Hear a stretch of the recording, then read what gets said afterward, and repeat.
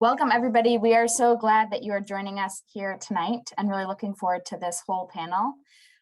We had over 100 people register for the event.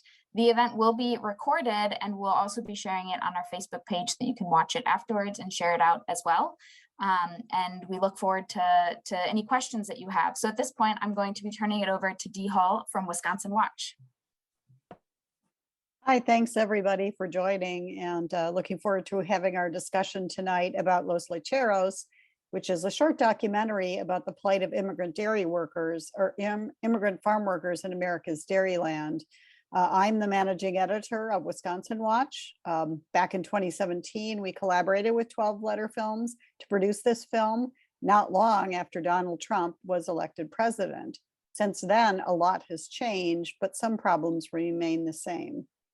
This event is presented by the Southwest Wisconsin Area Progressives, who are partnering with the Wisconsin Farmers Union and the Farley Center for Peace and Justice for this program. A special welcome to the Mount Horeb students who are tuning in this evening. First, we will show a trailer of the documentary to refresh your memory. Then we will hear insights from our panel, including one of the stars of the show. Afterwards, we welcome your questions. At the bottom of your screen, you should see a Q&A button and a chat button. Please use the Q&A button, Q&A section to ask questions of the panelists. The chat area is for any other general discussion. Okay, I think we're ready to see the trailer.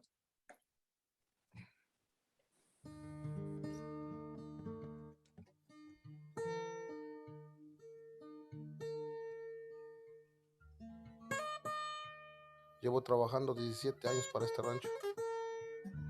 Así, yo he visto crecer estos ranchos, yo he visto crecer con la mano de obra ilegal. If ICE came in here and checked my employees and found that they were undocumented, and those 10 people left, my next option, of course, is to try to find a market for my cows and sell out, and I wouldn't be able to farm anymore. After that, Mr. Trump win, my wife get worried about either me or her get deported for some reason. Hay mucho miedo, bueno, más cuando tenemos hijos, porque no sabes si van a llegar y te los van a quitar. ¿Qué haces? Así, aunque con miedo, pero necesitas trabajar.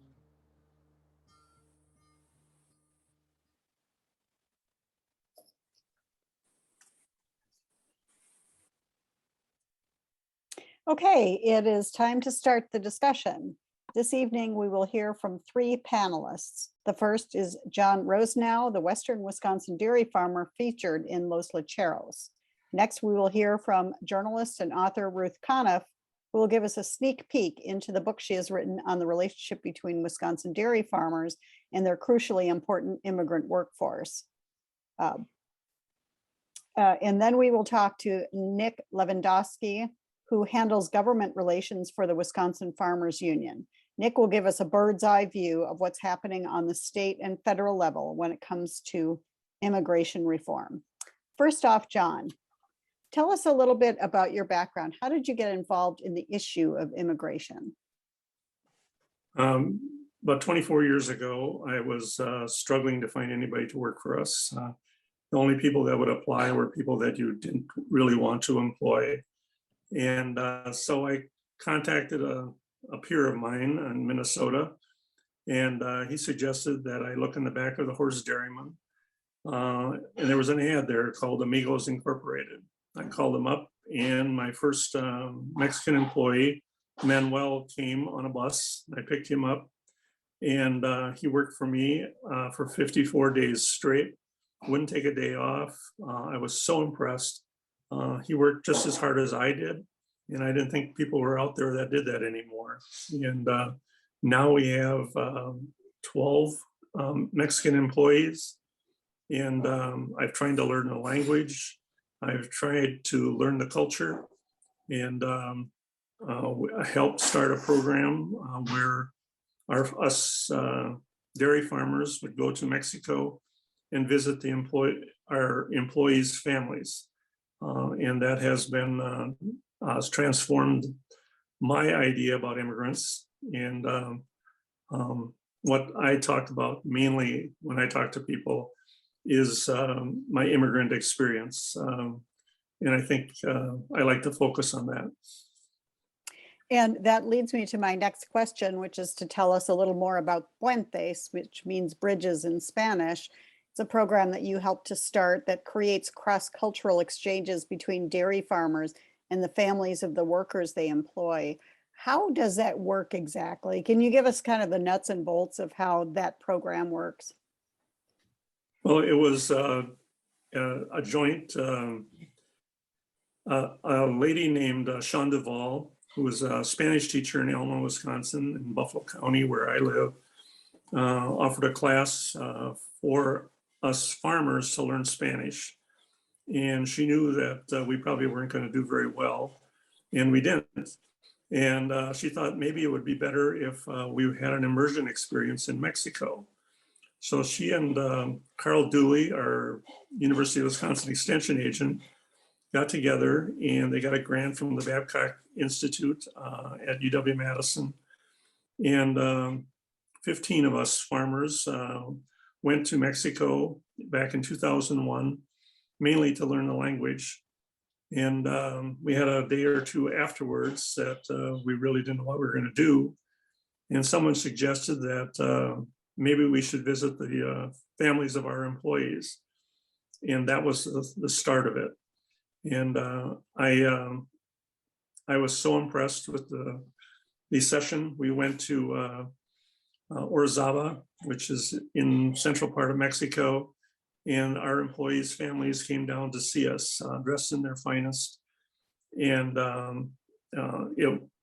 one of the journalists that was there said that was the first time that he knew that employers from the United States came to Mexico to visit their employees' families, which is absurd because that's just natural, what you should do. And when I got home from that trip, all of my employees knew what I had done back down there. We had a picture taken.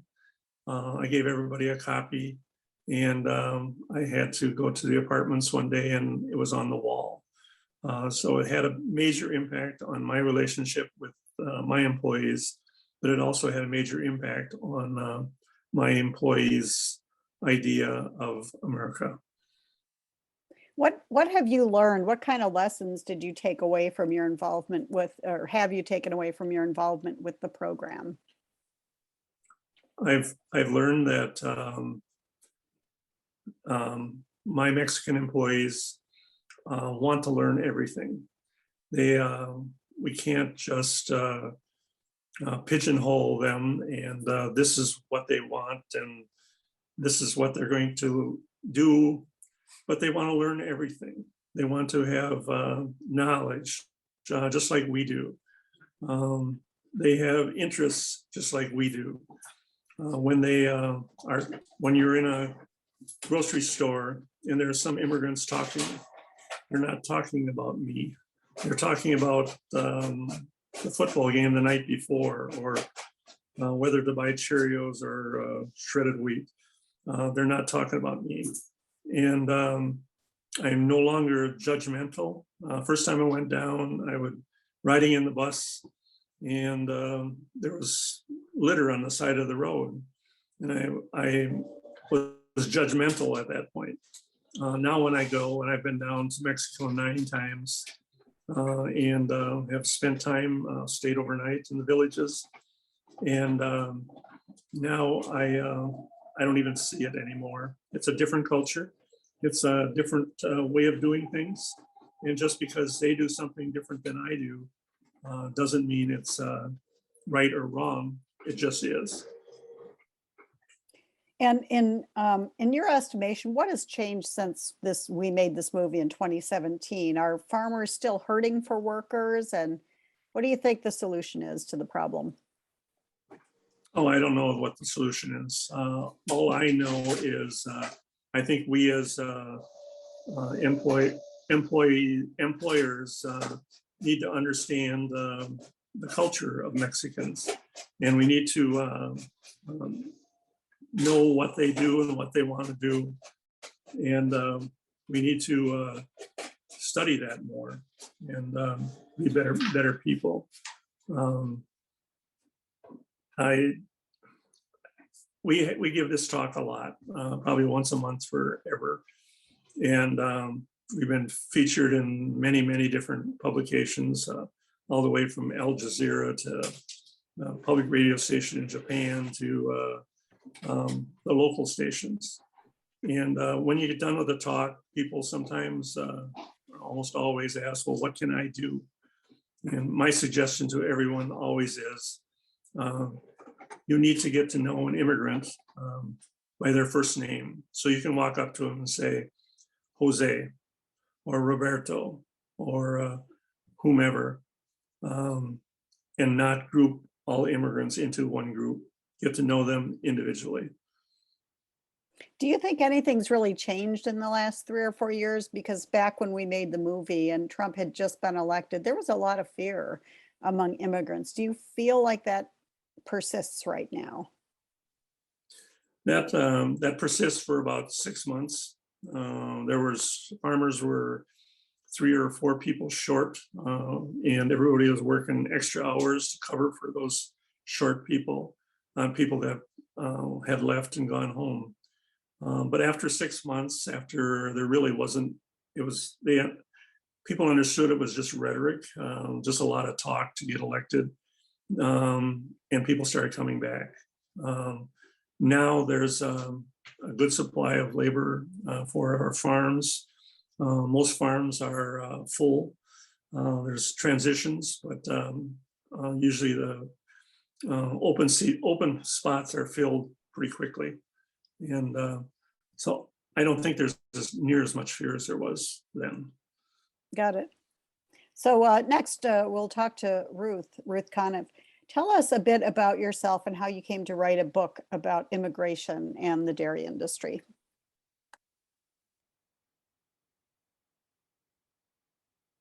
You're on mute. Sorry about that. I am going to share my screen so I can show some slides. That's okay.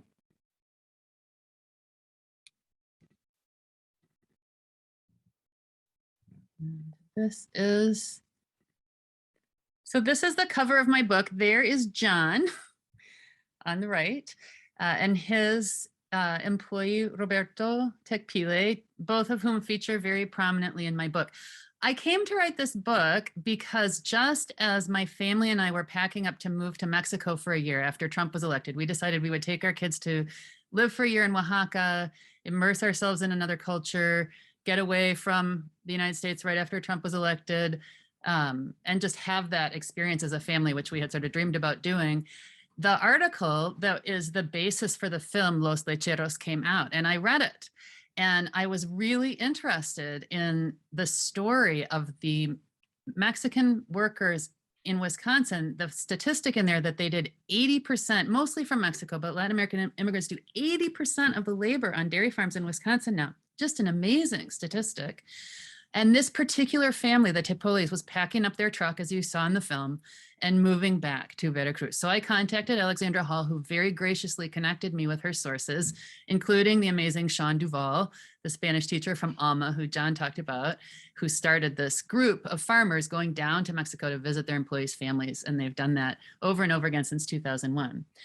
So here is Luisa Tepole, who was featured in the film, back home after making that long journey back to Veracruz in the house. The house is actually in the foreground, so she's behind the house here. And you can see how beautiful her village, San Juan Texocan, is. They live in the clouds.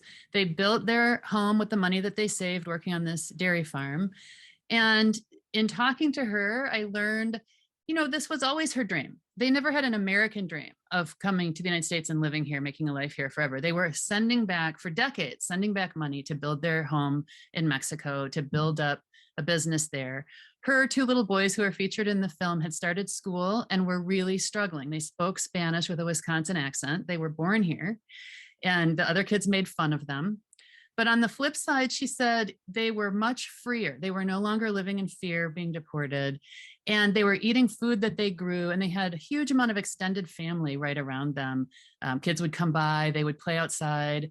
They weren't on their tablets all the time. They weren't staring at a screen. So her feeling was really that this was the life. This was the life that they wanted. And the problem that they had, of course, is that there aren't enough jobs to make a good living to live there locally. And that's why about 500 of the working age adults out of this population of 2,000 in this town are actually milking cows in Wisconsin and Minnesota. So that's how I came to write the book. I was fascinated by it. I visited people when I was in Mexico. And then when I came back to the United States, I got to go on a trip with John and the rest of the Bridges Brigade in 2019 and visit some of the farms with them. And what kind of insights did you glean from your time, both living south of the border, but also going on one of these trips? So here's a Wisconsin farm. What I gleaned, and I would say the overarching theme of my book, is that it is really fascinating to realize that there are these two groups of people, rural people in the United States and in Mexico, who are really in the same boat in a lot of ways. They are under pressure from global economic forces that are outside their control.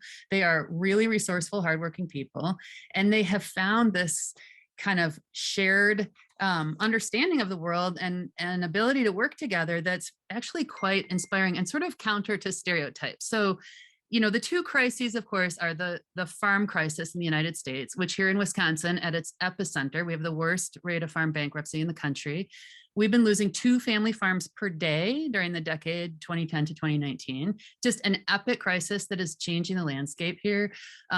Here's a picture of black and white Holstein cows, a scene that you would see all the time when I was growing up in Wisconsin. And now you hardly see it all because so many family farms have gone under, and there are huge sections of rural highway where you don't see cows outside anymore. They've mostly moved inside, and the growth of really large dairies that's driven by low prices and massive consolidation means that people are really struggling to make it. It's also the reason that people have had to hire labor for the first time. Most of the folks in my book had not hired anybody until they hired Mexican workers. They'd always been family operations and then had to grow to keep up with the get big or get out trend, and hired Mexican workers. And then of course the other crisis and the twin crises, the farm crisis of the immigration crisis, and just the incredible pressure on people, especially in Wisconsin, since undocumented immigrants lost driver's licenses in 2007 with the rise of kind of a more intense, angry politics around immigration, threats of deportation, ICE raids. But the thing that's not mentioned enough about the immigration crisis is how incredibly dependent the United States economy is on immigrant labor. I mean, we talk about immigration and the crisis at the border as if our industries were not pulling folks here very deliberately, to fill jobs. I think the statistics is 1 in 5 essential workers during the pandemic was an immigrant. They are absolutely essential, obviously, to agriculture, but to construction and food service and hospitality. So when we talk about the immigration crisis, we really need to talk about the underlying economic reality. And then I'll just whip through my pictures from the Bridges trip that I was on. There's John and me in the middle of this picture. And here's Stan Linder on the end, who's been driving everybody around in Mexico on these trips for many, many years, and who at the beginning of my book is firing up his white Ford Transit van to make this 3,000-mile journey. The warmth and the friendliness between the farmers on this trip and the workers' families that they went and saw was really heartwarming and amazing.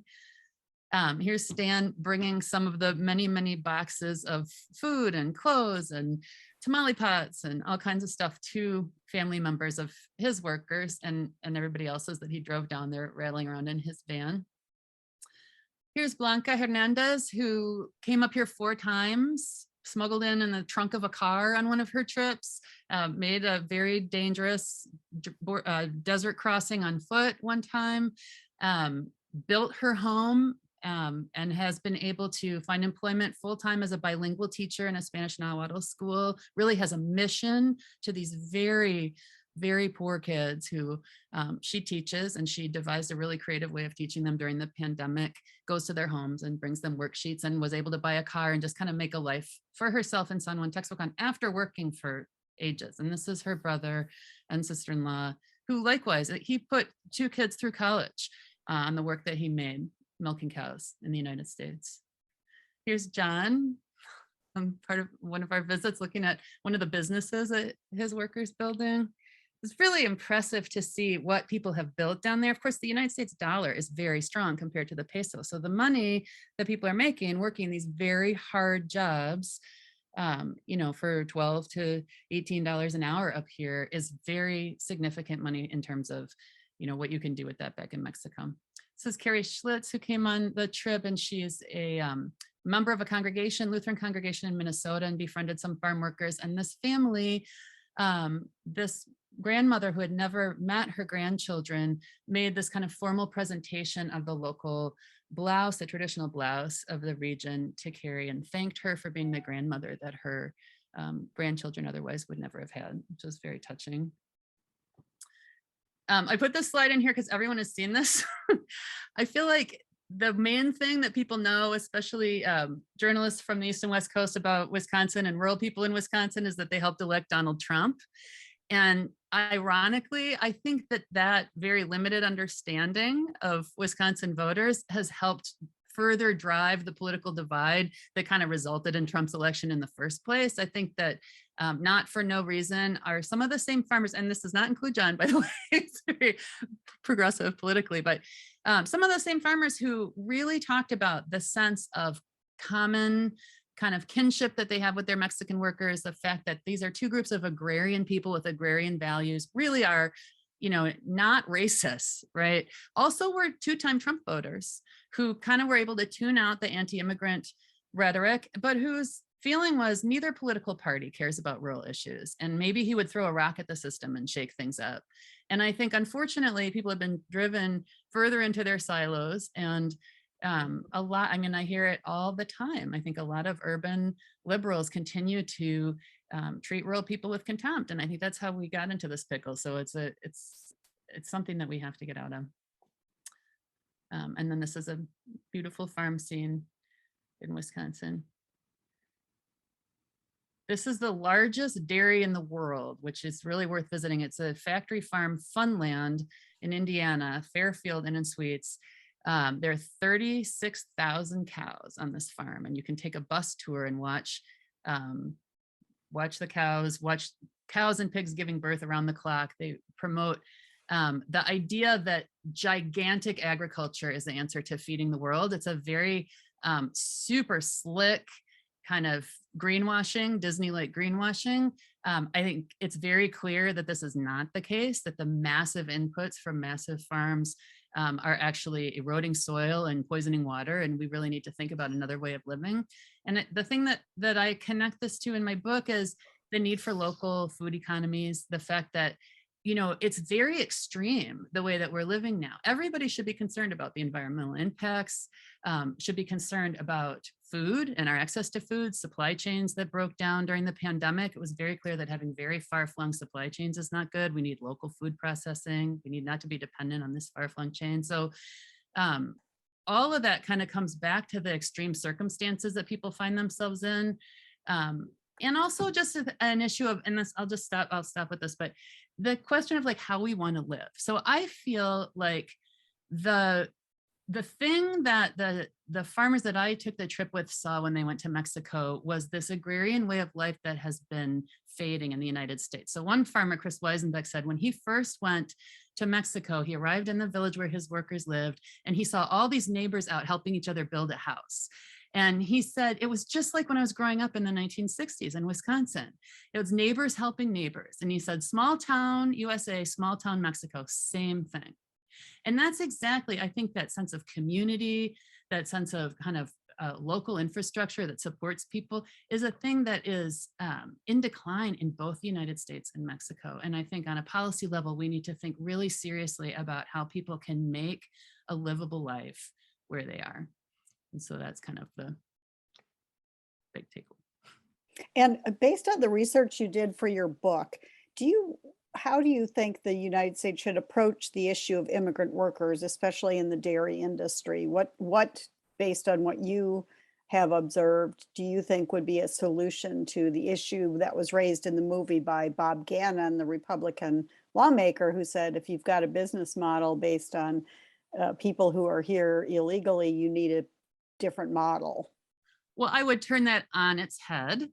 And I would say that we have been dependent on immigrant labor since the Bracero program in World War II, supposedly as a temporary program to fill a gap. There are not, and I you know, both John and Nick can speak to this with a lot more knowledge than me, but there are not a whole lot of American workers lining up to take these jobs. So the idea, I think that Gannon also said he thought that maybe farms should move closer to cities so that inner city youth could milk cows. I mean, this is not a realistic idea. So the very simple first step is just that we need to legally recognize what is an absolute economic necessity for our country and stop beating up on people and say, thank you. Thank you for doing these hard jobs. Thank you for feeding us. You know, that's the first step. And then I think, you know, you go to sort of the bigger picture. I do believe that it's the immigration issue is a solvable issue because there's been a lot of deliberate fear mongering. There's been a moral panic over immigration by people who are actually giving us something. They're not taking something away. And that's a political choice. So that moral panic is politically expedient for some people. But the real effect of it actually is that there are more Mexicans living in the United States because that pattern of circular migration, that's a long time traditional pattern that was part, you know, the Bracero program recognized that seasonal workers could come, they could go, they could come back. Now we've trapped these folks here and it's so dangerous and so expensive to go back and forth across the border that we have many more people living here for longer and longer stretches than we did before. So it's actually the exact opposite of the, you know, the militarization of the border has had the opposite of the intended effect. But then I also think we need to think about what kind of global economy do we have when you see rural areas just emptied out? And that's here in the United States, that's happening, the outmigration from rural areas. And in Mexico, it's even more tragic when you see only the elderly and little kids left there. And you see families separated for a decade, just waiting for that time when they'll be reunited. And how do we build up local economies so that, you know, people have a choice and they don't have their choices aren't so very extreme. Thank you. So we're going to turn to Nick now for his bird's eye view of what's happening. First, tell us a little bit about your background and about the Wisconsin Farmers Union. Sure. Thank you, Dee, and thanks, John and Ruth, for your comments. My name is Nick Levendofsky. I'm the Government Relations Director here at Wisconsin Farmers Union. I've been in this position now since December of 2020. Before that, I was at the Rocky Mountain Farmers Union based in Denver as their Director of External Affairs. Before that, I was here in Wisconsin as the Government Relations Associate for about 1.5 years. And prior to that, I was back in my home state of Kansas working for the Farmers Union there. And here in a couple weeks, I'm sorry to say, but it's a bit bittersweet.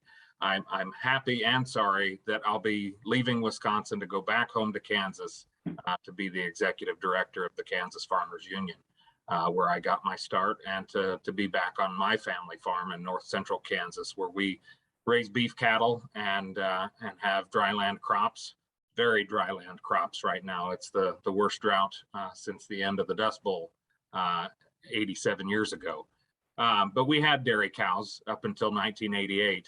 So I'm familiar with the dairy industry itself, dairy farming, and I had a great uncle that milked cows well into the 90s. So I spent a lot of time on their dairy farm and working with them. The Wisconsin Farmers Union is a general family farm organization. We are member driven. We've got roughly 2,000 members here in the state, all across the state, from the very top all the way clear down to southern Wisconsin.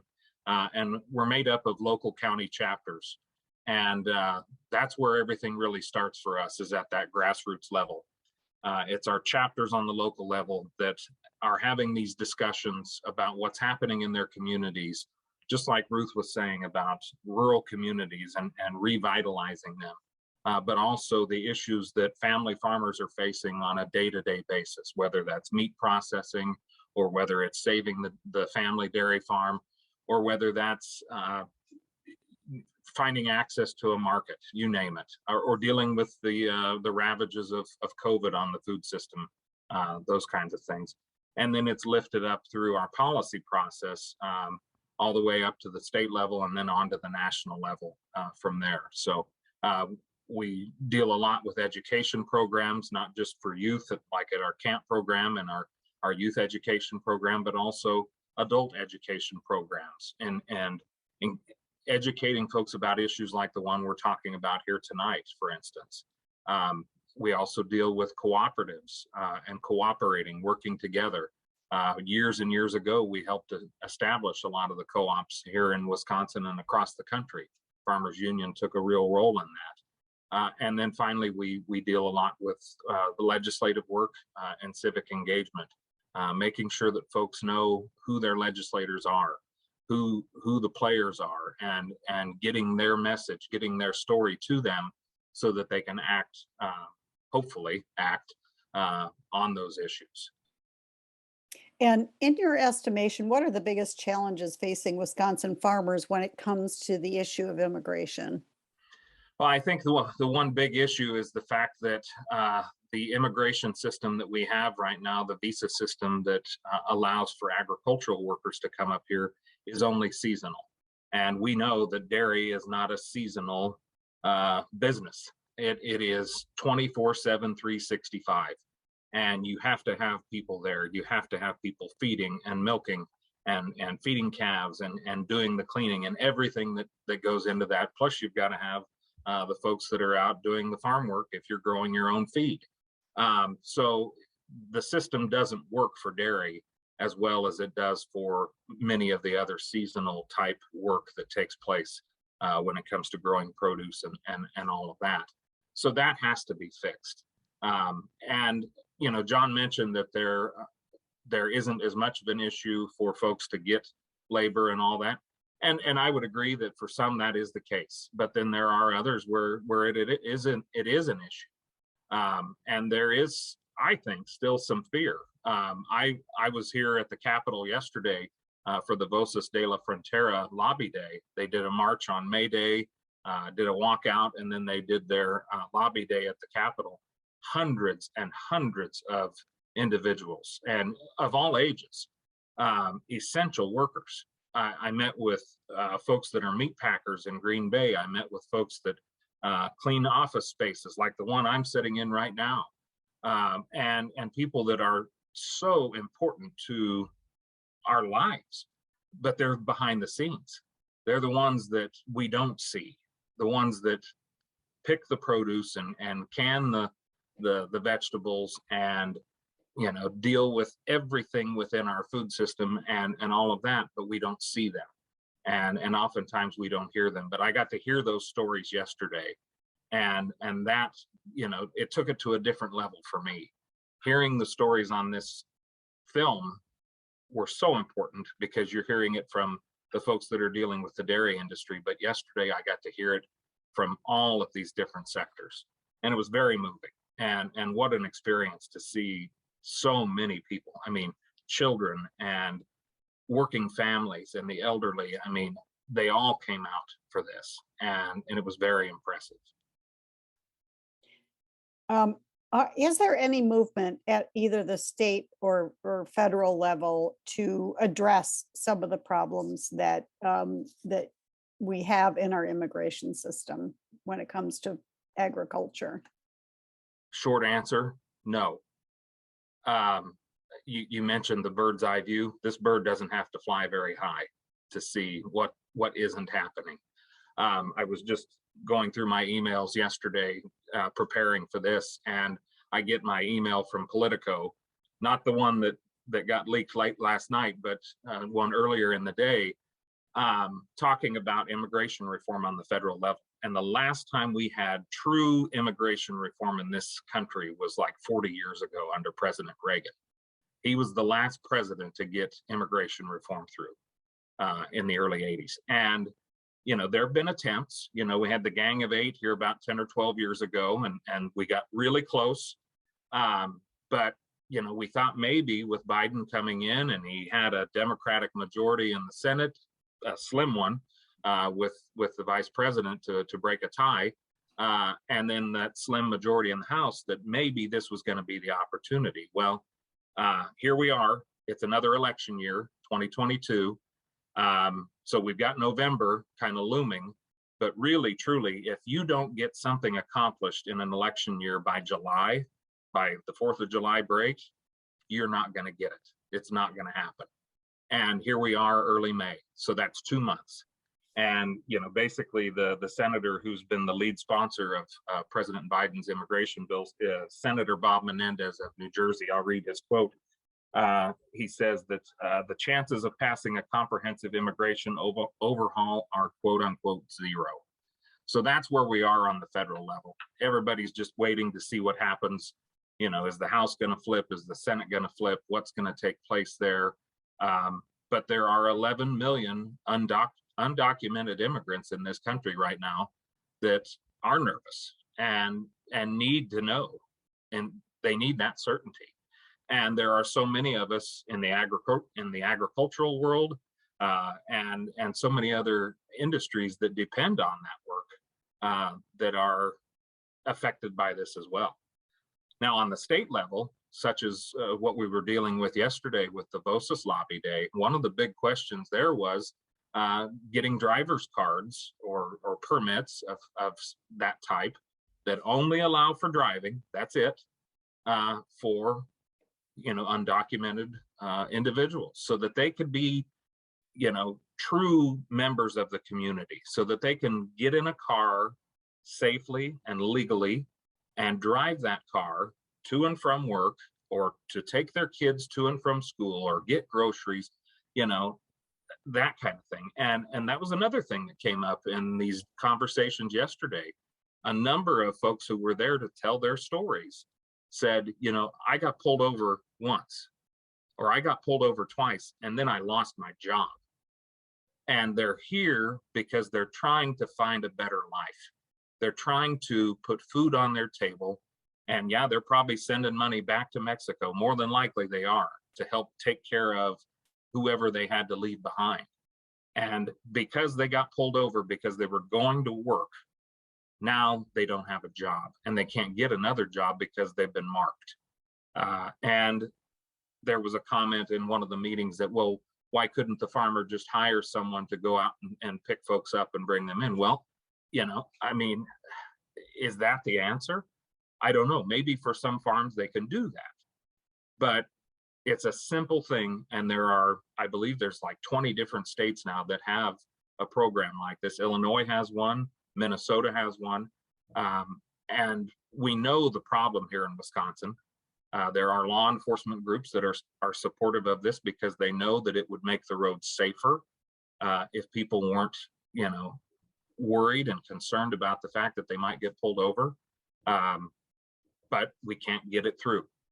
And that was one of the things that we called for in these meetings yesterday, is we called for a hearing. Put a bill forward and have a hearing, and let's get it out there and let's do something about it. But where's the legislature? They're gone. They left in early March. They're on their 8-month vacation now, and they won't be back until January. So we aren't going to see anything done until then. But we've got to continue to put the pressure on so that there will be action, because they know the problem. They know it's out there and they hear it all the time. But there has to be the will to actually do something. And if your members had a wish list, and there probably is a legislative wish list, what would be on that list? I have it right here. It's in our policy book. And I talked a little bit about that earlier, that everything that we stand for, or even the things we stand against, is in that policy book.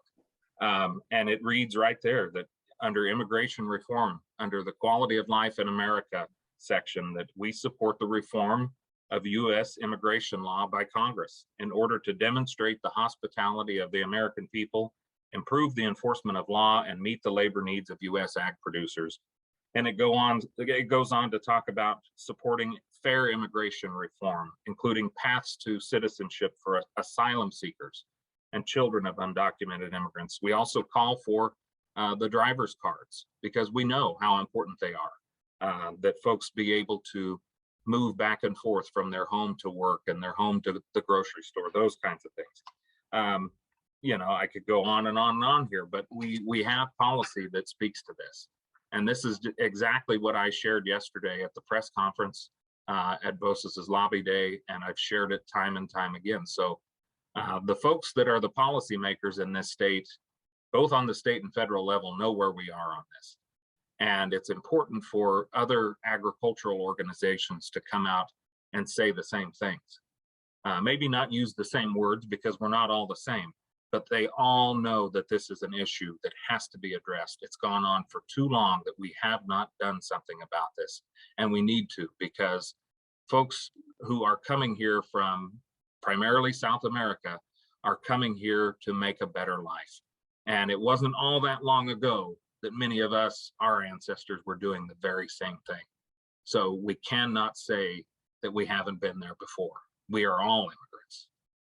So that, I think, has to be stressed, and we've got to get out there and do something about this. And whether it's at the state level or the federal level, at this point, it doesn't really matter. It's somebody has to do something. All right, thank you. We have a couple questions from our participants. The first one is, what is the problem with, and this is for you, Nick, what is the problem with changing the visa system to benefit year-round workers? Why, that seems like an easy fix. Why is it not happening? I would totally agree. I mean, that could be an easy fix, but we always seem to run into hurdles there when we get into those discussions.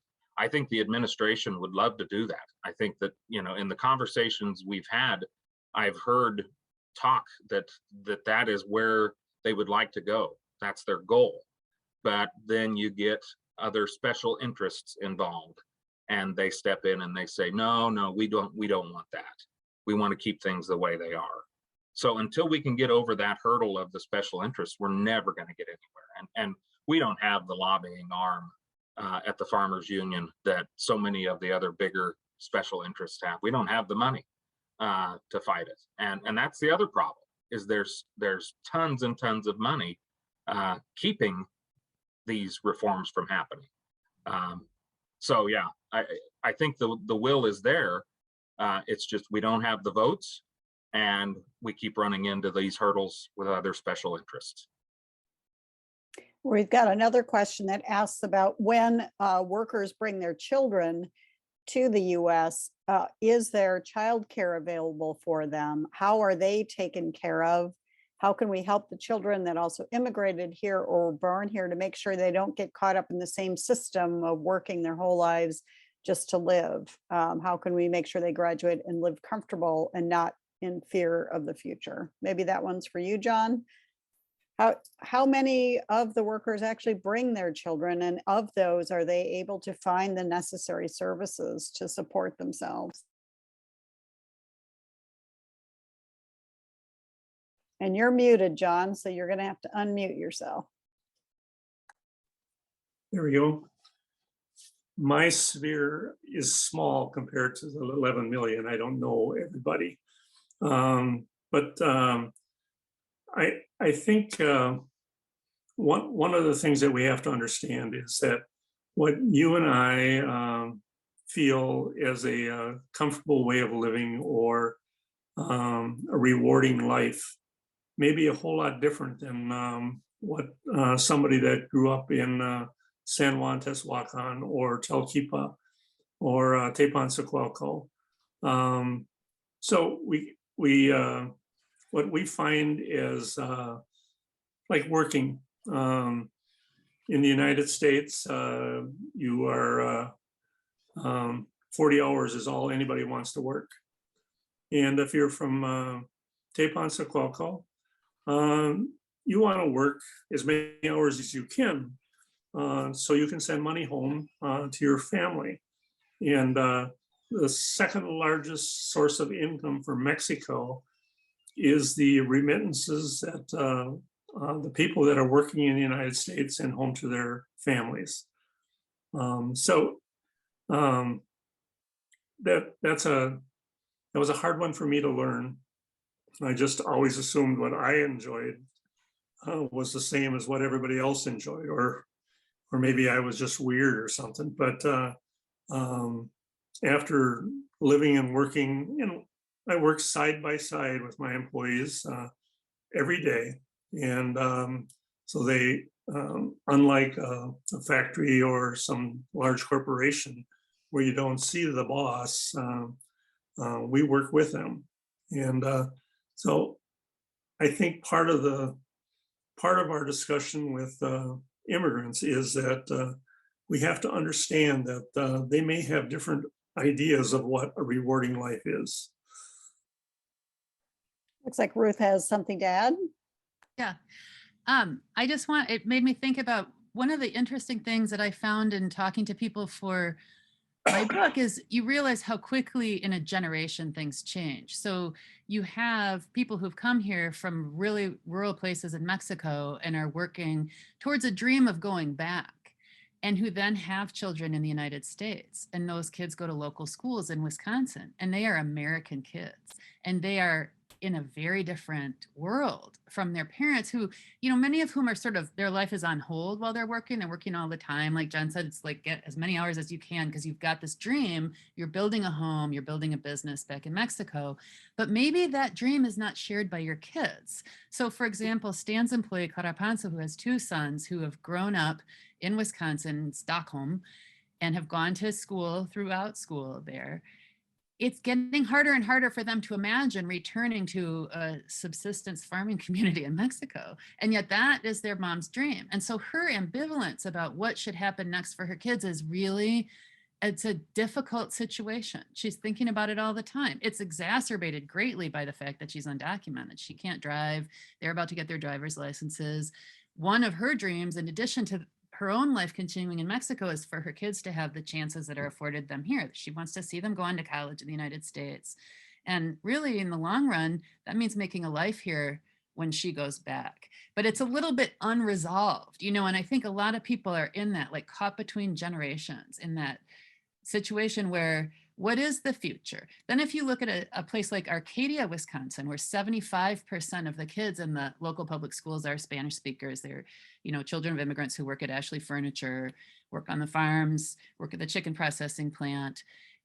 You've got a community that has been transformed. In part, those schools are around because instead of being closed because of the decline of enrollment, they are booming. Businesses on Main Street, our Mexican grocery, it's a whole bunch of bars, and then there's the grocery store and the restaurant and the barbershop are all Mexican owned, and people are kind of taking root in that community. And there you see like the next wave of immigration. You really see the same thing that happened when there were Norwegians who came for a little while, and then their kids really took root here. You see that happening to some degree, but we've created kind of a weird ambivalent situation with a bunch of people who are here at least theoretically, temporarily, and not legal to be here. And yet in one generation, their kids are American kids. And it's, we're in the midst of that transition. And what that means, what that looks like, is a very interesting question. It's unfolding right now. And here's another question. And this is probably directed toward Nick. I think you waved at this a little bit earlier, but can immigration reform be a statewide thing rather than federal, or can Wisconsin solve our own problems, or do we really need action by Congress on the federal level? I think there are things that can be done on the state level, yes, but it's very piecemeal and it's very limited. That scope is very, very small compared to what could be done on the federal level. And that's why, little things like this driver card, for instance, that's one small step, so to speak, but it would be huge for so many. And it can be done. I mean, obviously 20 other states have done this. All we have to do is go and essentially borrow the legislation and bring it forward. And there just has to be the will to do that. To bring it forward. And that's one small thing that could be done here on the state level. That federal level, though, it's a huge, huge issue. And until we can get enough folks across, not just the agricultural industry, but food industry, you name it, to get behind this and push it and to get those votes, that's key. That is so key to this. And you would have thought that after 2 years of COVID, and especially that first year of COVID, where so many workers were subjected to it and had to continue going to the meat packing plants and had to continue, working in those conditions where COVID thrived, in a cold, wet environment, COVID went rampant. And in a lot of cases, these workers were living in communal housing. There were many generations of families living together or workers living together. And it spread like wildfire. And I'll never forget, I was working in Denver at the time for the Rocky Mountain Farmers Union, being on a call with other ag industry groups talking about the issue and how it was spreading like wildfire through the JBS plant up in Greeley. And one individual said, well, their living conditions are not the best. My God, we're not talking about living conditions here. We're talking about work conditions. The fact that they had nothing protecting them. There was no PPE. There weren't even the stupid clear plastic dividers at that point. This was before they spaced people out and spread them out on the, as I call them, disassembly lines in the meatpacking plants. But the sheer ignorance that I heard on that call that day was enough to make me sick.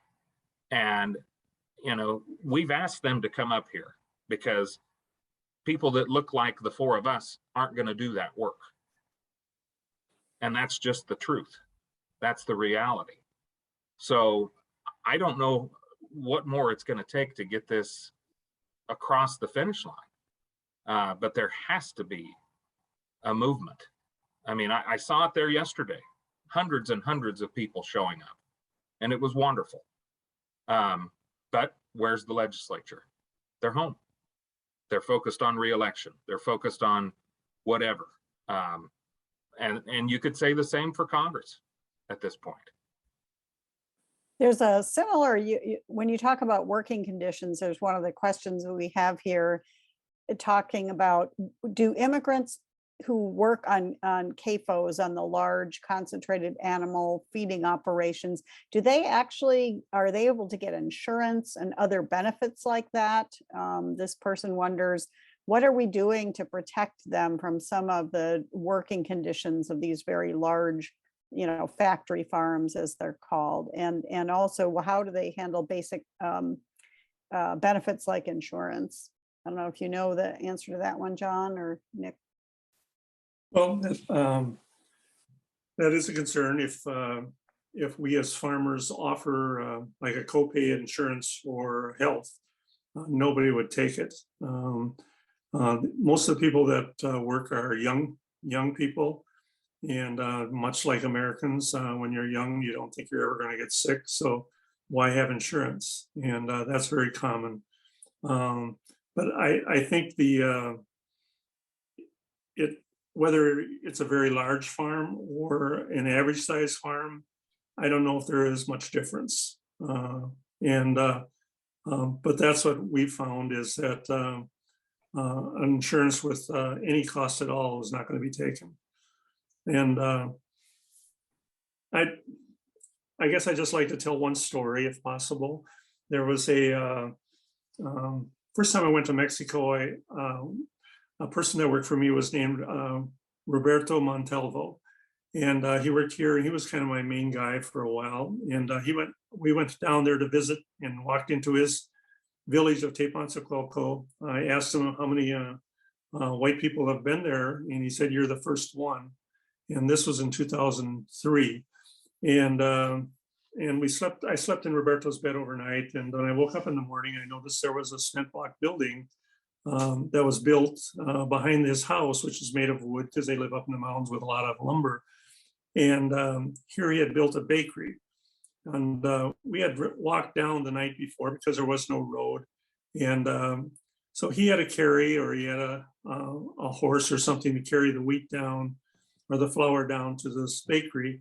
And then he'd have to carry the bread back up to the village of Atacinca to sell it. And I thought, I was so frustrated after that, because I'm a little bit of an entrepreneur and I know what's that maybe wasn't a good idea. Maybe he should have walked up to the village of Atasinka, got the flour, made the bread, and he wouldn't have to travel so far.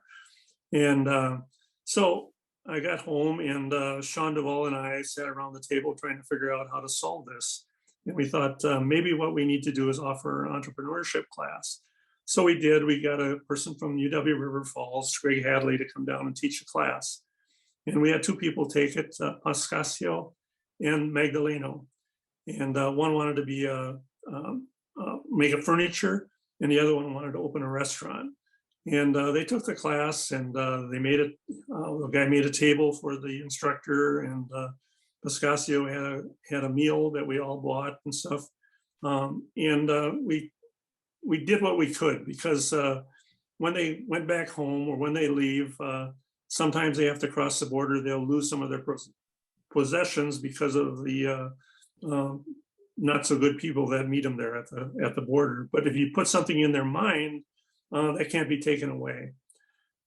So with that story, Pascasio went back home, and he was living in Talkeetna. And our new director of Puentes Bridges, Mercedes Falk, was there, and her phone wasn't working right. And she asked somebody locally, is there any cell phone store in town?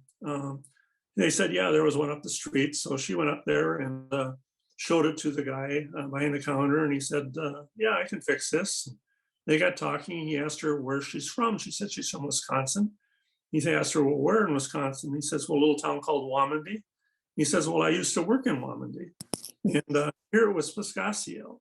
Pascasio had started a cell phone store. You know, he has 3 of them. And when I found out about that, when I was down there, I had to go and see Pascasio, because number one, I wanted to know if that class had anything to do with what he was doing. And it turned out that he said, I wouldn't be doing this if I wouldn't have taken that class. So there's so many opportunities we can do here for immigrants to help them. And there's nothing more rewarding than doing that. Great, and I think that brings us to the top of the hour. Anything else, Kristen, that we need to cover? I don't think we have time for another question.